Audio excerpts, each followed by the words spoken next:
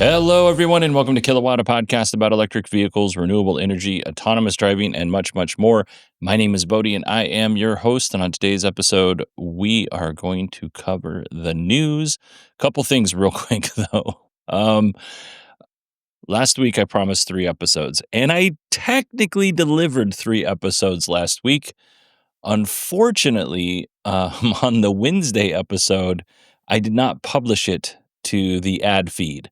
So the folks who support the show on Patreon or Supercast, you got the Wednesday episode, but the folks who listen on the ad feed, you didn't get that until Saturday, because on Saturday when I was going to post the final of the 3 episodes, I found that I did not hit publish on the episode.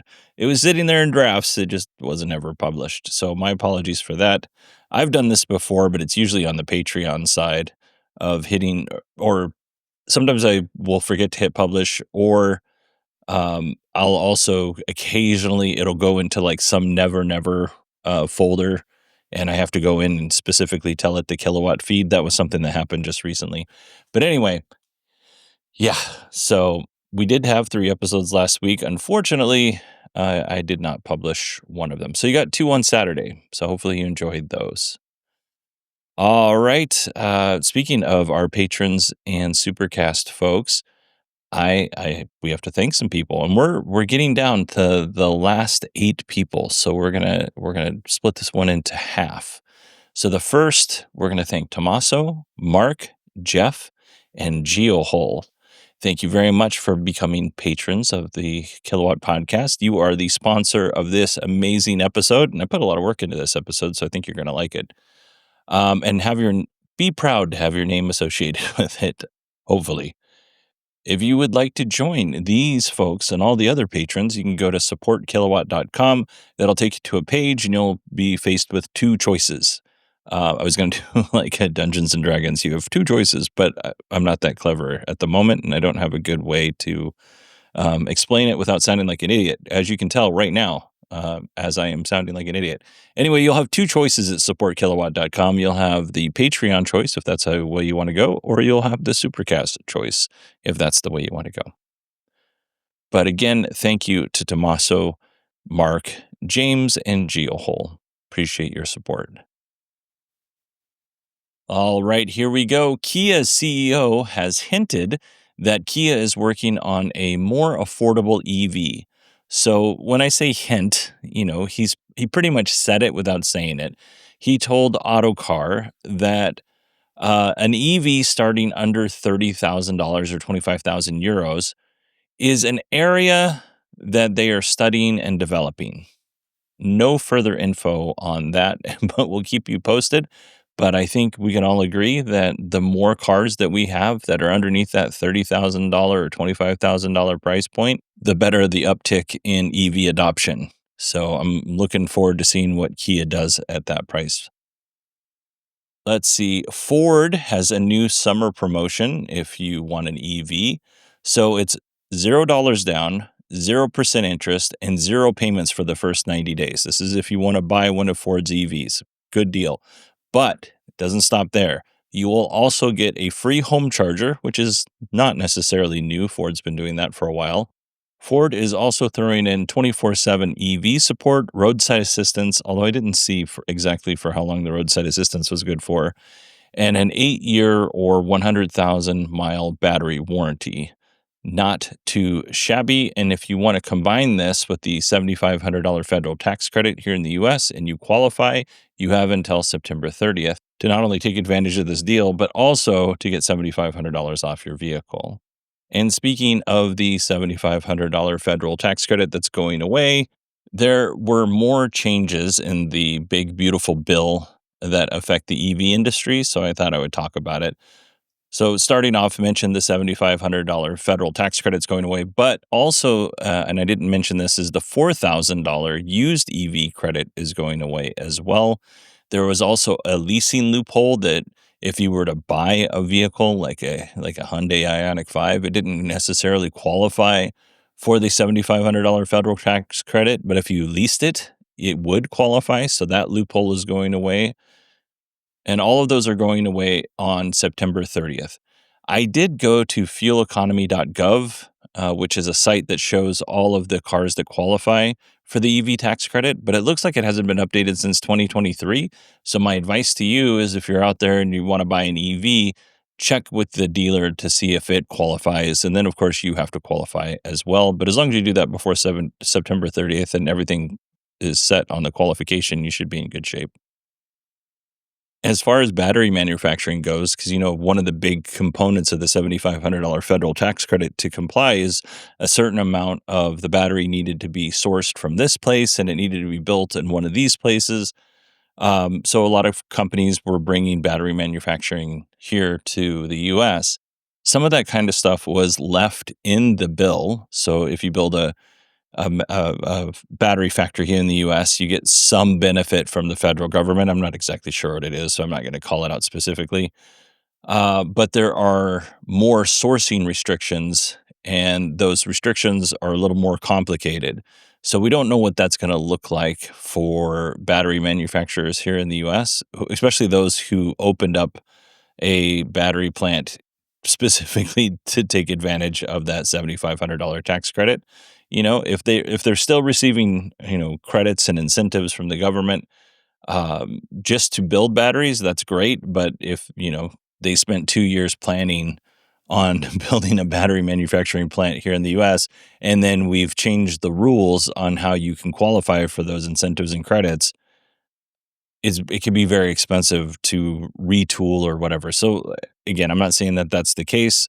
I'm just saying that that is something to be aware of when it comes to battery manufacturers setting up shop here. If they're in the process, are they going to look at, well, now I'm not going to do business here? I guess what I'm saying here is there's got to be an upside other than not paying a bunch of money in tariffs to manufacture here in the US versus somewhere where they can manufacture the battery packs or cells or whatever their modules for a much lower price. So we'll kind of keep an eye on this. Again, this just passed on the 4th of July. We're not even a week into this. So as we learn more, we'll bring you more information. And then as far as zero emissions credits, those are the credits that Tesla and other EV companies sell to ICE automakers to make sure they're in compliance. Those regulatory credits are still in play. Like Tesla and these other companies can still sell those. However, if an auto manufacturer doesn't comply with the government regulations, the penalties for not complying with those regulations is $0. So I'm not saying that there's not a reason for car companies that make internal combustion engines to buy these regulatory credits. I don't know. There very well maybe, but if the penalty for not complying with that is you pay no money versus paying a company like Tesla, let's say $80 million, you're probably going to go the route where you pay $0 instead of $80 million. Also, I don't know if Tesla and these other companies are selling regulatory credits outside of the US. They may very well be doing that, but we will see what the impact is. Not this quarter that's coming up because Tesla on July 23rd is having their earnings call. We're not going to see any issues with those regulatory credits this quarter because Tesla's already got them. The company's already paid for them. The next quarter probably won't see anything. So I guess it would be Q1 2026 before we really know how much of an impact this is going to have on companies like Tesla. But Tesla's annual revenue was something like $2 billion of selling these regulatory credits, which is, it's probably not 100% profit, but it's probably pretty close to 100% profit.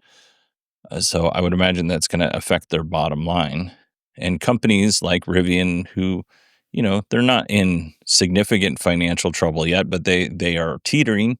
And Lucid Motors, same thing. Although Lucid has a great big giant piggy bank in the Saudi wealth fund, so that it's less likely that Lucid's going to have a hard time with it. But Rivian could definitely have a problem.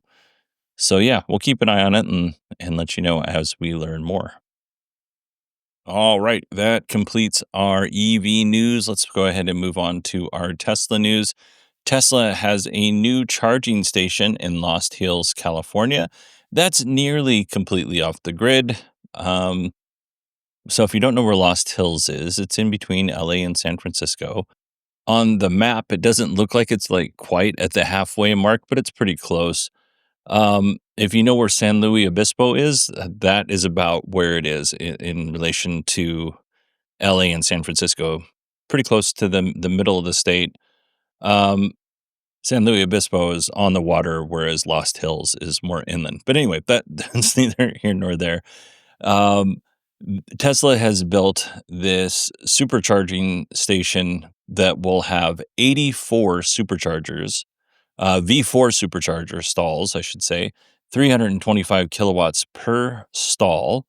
It's primarily powered by this huge solar farm. It's an 11 megawatt solar farm that Tesla put together. It takes up a huge footprint, a lot of land. And then on top of that, Tesla has 10 megapacks storing all that energy. And just in case something happens and they run out of energy, it's backed up with 1.5 megawatts of grid power. So if everything fails, then it goes to grid power. Based on the pictures, it looks super cool. I don't know that there's a whole lot to do there. It doesn't look like there's anything like it doesn't look like you can just go grab a drink, or there might be restrooms on site. I'm not sure. But anyway, if you have an opportunity to go see this and you want to report back, let me know. Bodie, BODIE at 918digital.com. I really hope that Tesla does more of these in the future. However, I just don't see this being in really congested areas just because that solar farm is a very large footprint. But in areas where if it's not so populated, this is a great option.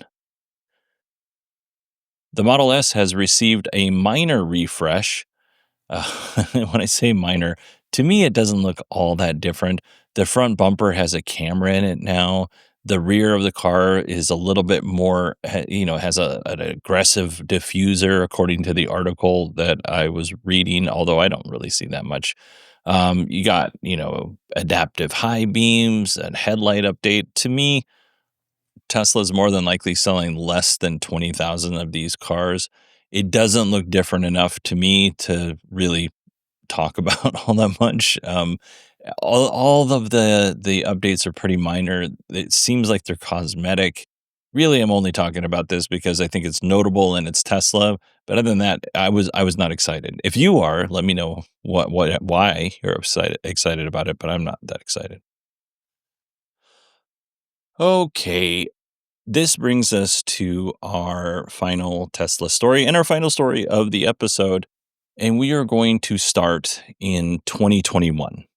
Mark Dubin, hopefully I'm saying that name right, who is a lawyer as well as a repeat Tesla customer, purchased a Model Y with full self-driving. And the reason why is because Mark listened to what Elon was saying about full self driving. His wife, unfortunately, has some mobility issues and declining motor skills. So, what he thought he was purchasing was a safe car for his wife, which he was, but also a service that would give her some more independence, allow her to get out of the house a little bit more with full self driving. By the way, I don't know how many Teslas Mark has purchased, but this is his wife's third Tesla. So I won't go so far to say as they are Tesla fans, but they definitely like the product if they've purchased three. Fast forward a little bit, and Tesla did not deliver on those full self-driving promises, and Mark decided that he wanted his money back. Now, when you sign a contract with Tesla for things like full self driving, you agree to binding arbitration. That means Tesla agrees to this as well. But if you have a dispute, you have to go to arbitration, and then the arbitrator sits down with both parties and makes a decision based on who made the best case. Now, again, Mark's a lawyer, so he's going to be better prepared than the average person. And obviously, he doesn't need to hire a lawyer to represent him in the arbitration because he's a lawyer.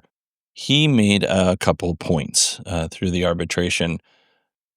His first point was in 2021, when he purchased the Model Y with full self driving, he was not given access to the beta. If you remember, Tesla was slowly rolling out the beta to full self-driving owners, and it was based on your safety score. Mark says, well, first of all, this was never disclosed in the purchase agreement. And on top of that, that no point in time were customers told, during that time, were customers told that supervision of full self-driving was required at all times. So Mark went into this thinking that he was going to have full self-driving when he picked up his vehicle. That did not happen.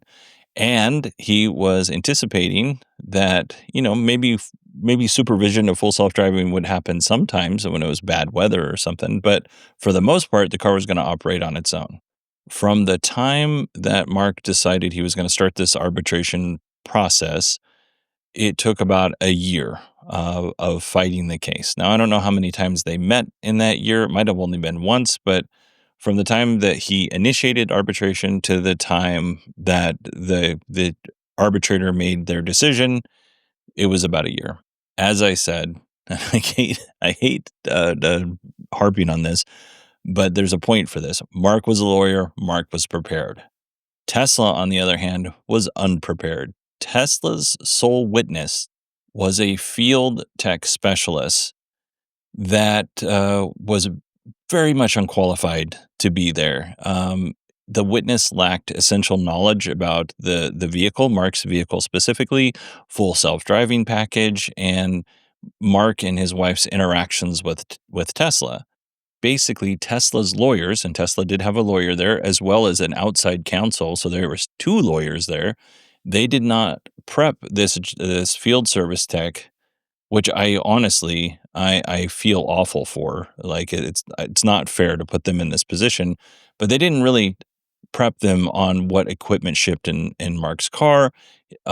He did not review the driving logs. He was not familiar with the FSD system that was installed into Mark's car.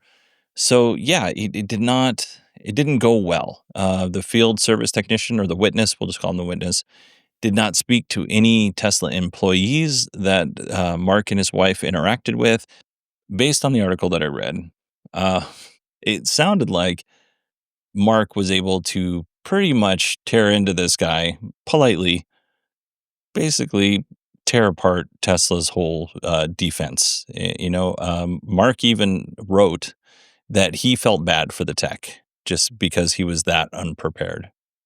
The arbitrator decided to rule in Mark and his wife's favor, stating that the feature, full self-driving, was not functional or otherwise available.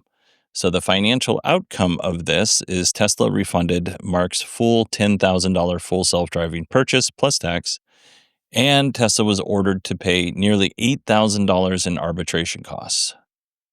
Now, I'm not a lawyer, but I'm going to guess that sending people to arbitration is in Tesla's benefit because it doesn't cost nearly as much as going to court.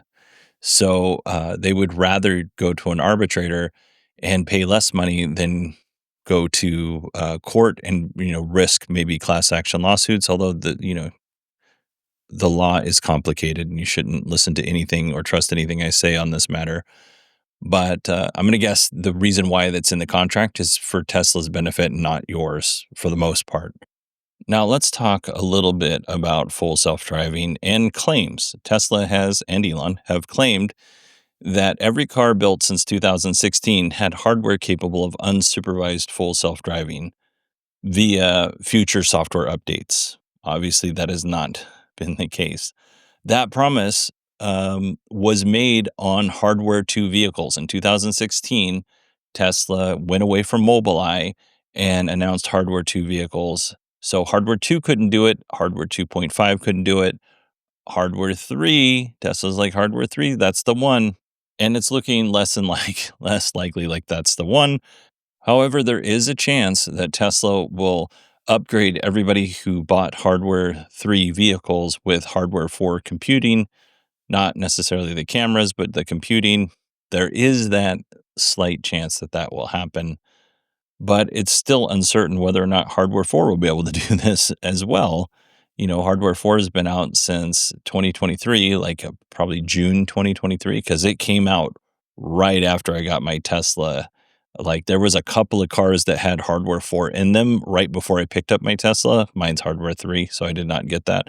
But yeah, it's unknown if we'll get that full self-driving even with hardware 4. And I think, customer frustration is growing. Some of these folks paid, we'll say between $8,000 and $15,000 for full self-driving, and that's a lot of money to have a car for a period of time, we'll say since 2021, that does not function. Like, if I paid $15,000, even if I paid $2,000 for something and it didn't function in the way that it was promised, I would feel very upset about that. I'd feel betrayed about that. I'd feel cheated about that. Now, a lot of people, and I will say in all fairness, love full self-driving even with hardware 3 vehicles, and they have no complaints. They're very happy with their purchase, and I think that's great. But that's not everybody's experience, and if you're happy with your purchase, fantastic. But if you're unhappy, there needs to be a way, um, to make that right, and that obviously, in this case, is through arbitration. But that isn't the first time that Tesla has publicly refunded someone's full self driving when they said, hey, you know what? This didn't work. In 2023, a Model 3 owner, Ed Butler, sued Tesla in the UK, claiming the company had failed to deliver on the FSD promise. So Ed bought his Model 3 in 2019, and in 2023, obviously it wasn't working out, so he was reimbursed. That did not actually end up going to court. That was something that Tesla settled out of court. So I don't know um, how many of these full self-driving settlements have happened out of court. I would think if it was a large number, we would hear about this more. But I wouldn't be surprised that based off of this, that more people don't attempt to go that route. Now, again, if you're not a lawyer or you're not going to hire a lawyer, you should probably be very organized and detail oriented. I am none of those things. So, your mileage may vary if you decide to go through arbitration to get your money back, but there is precedent. And precedent is a legal word that I know that I may or may not understand what it means in the world of law. So again, law is complicated. All right, everybody, that is it for me this week. I hope you all enjoyed this episode. I want to thank the patrons who supported this episode once again. Tommaso, Mark, James, and Geo Hole, thank you very much for contributing your hard-earned money to sponsor this episode. I hope it was worth it. If it was, I'm so sorry. No refunds. You'll have to go through an arbitrator if it wasn't worth it. All right, everybody, thanks so much for listening. I will talk to you soon, and I hope you're having a great week.